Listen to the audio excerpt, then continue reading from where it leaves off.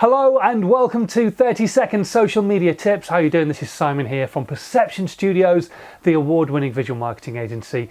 Don't forget to hit the subscribe button so you don't miss out on any of this content in the future. So I want to try and help you build your brand, your business for free. We are currently talking about blogging, what you can do with your blog, where you can put your blog. So how about the SEO of blogs?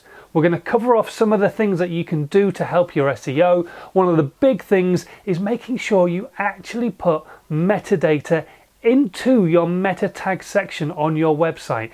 When you are writing your blog onto your website, make sure you put those meta tags in. It will really help Google find your content when people are searching specific keywords on Google and other search engines. Another SEO tip coming up tomorrow, but until then, thanks ever so much for watching, and don't forget, hit that subscribe button.